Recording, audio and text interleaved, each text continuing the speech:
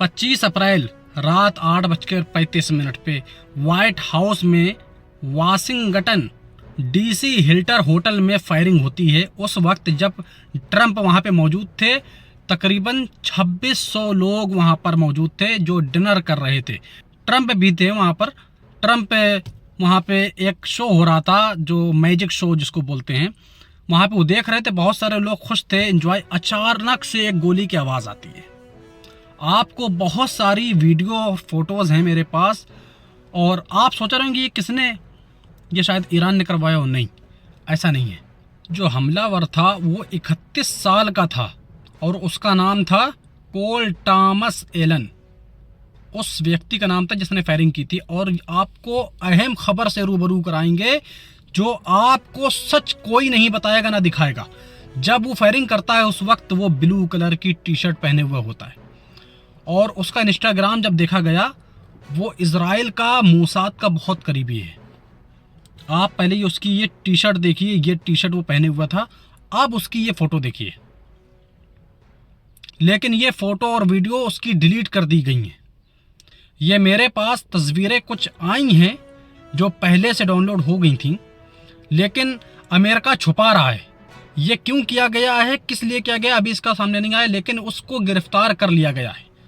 एक लोगों को गोली लगी है, बाकी ट्रंप सेफ हैं। अब आपको ले चलते हैं खबरों की तरफ। डोनाल्ड ट्रंप ने बयान दिया। उसके बाद फायरिंग के बाद जब बयान दिया तो उन्होंने बोला कि हमारा होटल सुरक्षित नहीं है पहले की तरह। अभी ये कैसे इतना बड़ा कांड हो गया, अगर सुरक्षित होता तो ऐसा कभी नहीं होता। मगर हम शुक्र अदा करते हैं जो मेरी फोर्स है उसने मुझे बचाया और उसने उसको पकड़ लिया। मेरी काबिल तारीफ़ है मेरी एयरफोर्स और मेरी पुलिस। उसकी तारीफ़ की, बहुत सारी बातें की, हम आपको बताते हैं। उन्होंने बोला, डोनाल्ड ट्रंप ने वाशिंगटन में हुई फायरिंग के बाद कहा कि ये एक खास रात थी और यूएस सीक्रेट सर्विस ने शानदार काम किया। उन्होंने तुरंत कार्रवाई की और हमलावर को गिरफ्तार कर लिया है। उन्होंने ये भी कहा कि जब आप प्रभावशाली होते हैं यानी ताकतवर होते हैं तो लोग आपको निशाना बनाते हैं, और उन्होंने सुरक्षा की कमी को भी स्वीकार किया, ये कहते हुए कि बिल्डिंग पहले जितनी सुरक्षित नहीं है। ये किसने कहा है? ये डोनाल्ड ट्रंप ने कहा है। पहले तो आप वो मंजर देखें, वीडियो डोनाल्ड ट्रंप का बयान बाद में सुनाएंगे। पहले आप वो मंजर देखें जो जो हुआ है। यहाँ पे चलाएंगे वीडियो और आप इसको देखिए और समझिए।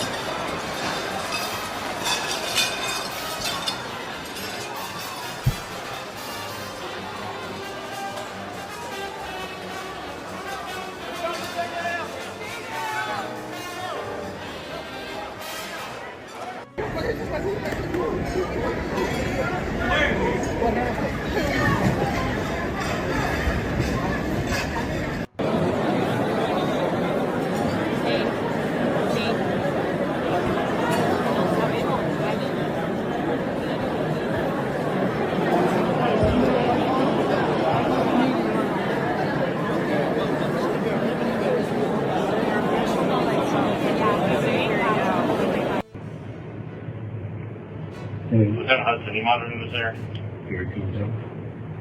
Obviously, Go for it.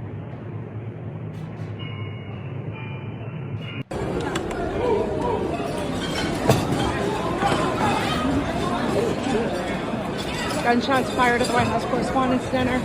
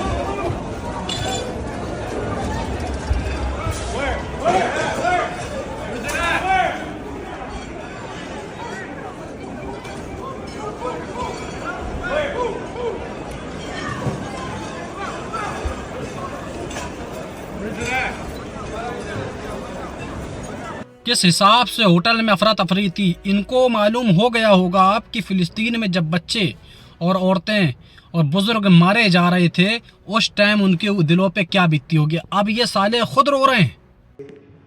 Acted upon by Secret Service and law enforcement. And this was an event dedicated to freedom of speech that was supposed to bring together members of both parties with members of the press. And in a certain way it did. Because the fact that they just unified, I saw a room that was just totally unified. It was in one way a very beautiful thing to see a man charged a security checkpoint armed with multiple weapons, and he was taken down by some very brave members of Secret Service, and they acted very quickly and have just released, for purposes of transparency, clarity, have ordered it to be put out. You probably have it by now, put out on Truth and put out on many of the platforms. The tape showing the violence of this thug that attacked our Constitution. Iran के विदेश मंत्री अब्बास अराची पाकिस्तान के इस्लामाबाद के बाद पहुंच गए हैं Oman. Oman के सुल्तान से उनकी मुलाकात हुई है। कुछ मेरे पास विवल हैं, आप देखिए।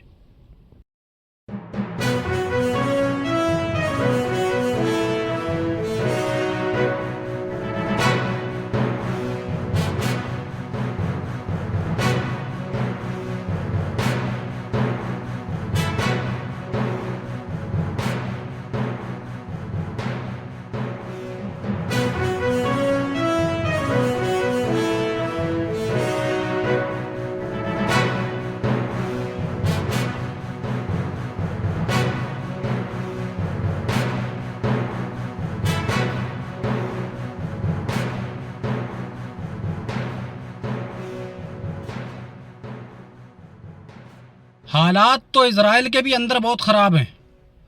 तेल अवीव जैसे कई शहरों में भयानक प्रदर्शन हो रहे हैं। आपको वो भी मंजर दिखाएंगे जो हालात अंदर के हैं, लेकिन इजराइल बाहर आने नहीं दे रहा है।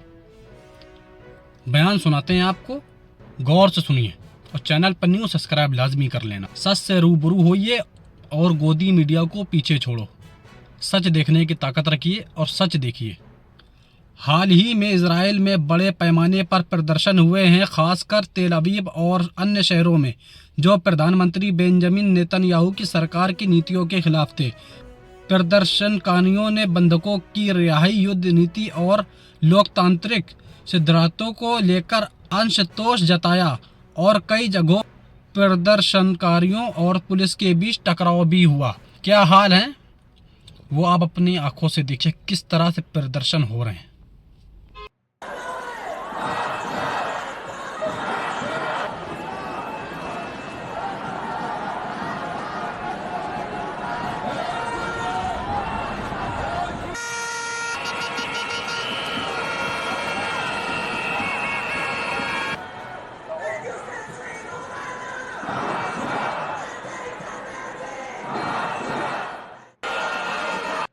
आपने मेरी कल की अगर रिपोर्ट नहीं देखी ना, उसको ज़रूर देख लेना जाके।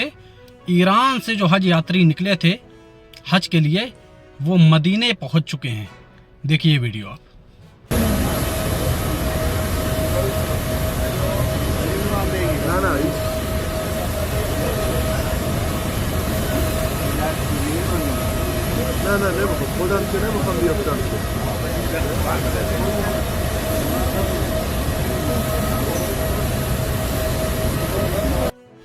ईरान के सुप्रीम लीडर मुस्तफ़ा खामनाई का बयान आया है। उन्हीं ने बोला, हम अपने हक के लिए हमेशा लड़ेंगे, चाहे उसके पीछे मेरी जान ही क्यों न चली जाए। अपने मुल्क के लिए अपनी शहादत भी कबूल करना मुझे गवारा है, लेकिन हम किसी के सामने झुकेंगे नहीं, हम लड़ते हुए ही शहीद होंगे।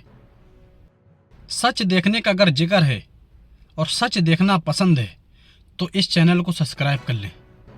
ये ना सोचें कि इसका बैकग्राउंड में न्यूज़ नहीं चल रही है और फाइटर जेट नहीं निकल रहे हैं और सायरन नहीं बज रहे हैं, क्योंकि वो गोदी मीडिया का काम है, हमारा नहीं। अगर आप सच से रूबरू होना चाहते हैं तो इस चैनल को सब्सक्राइब लाजमी कर लें।